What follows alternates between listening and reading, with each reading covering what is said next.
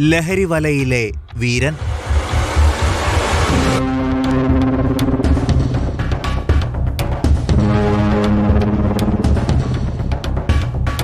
MDMA-യുമായി മുൻ സന്തോഷ് ട്രോഫി താരം നജീബ് ഖാൻ പിടിയിൽ.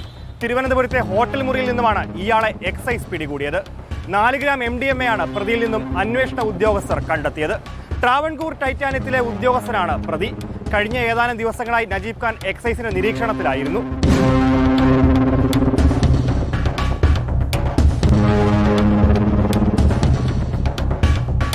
ബംഗളൂരുവിൽ നിന്ന് വാങ്ങുന്ന MDMA ചില്ലറ വിൽപ്പന നടത്തിവരികയായിരുന്നു നജീബ് ഖാൻ.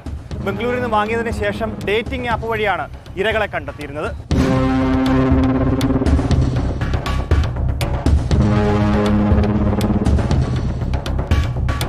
യുവാക്കളെ ഹോട്ടൽ മുറിയിലേക്ക് വിളിച്ചു വരുത്തും. ലഹരി വിൽപ്പനയ്ക്കൊപ്പം ഇയാൾ ലൈംഗിക ചൂഷണവും നടത്തിയിരുന്നു.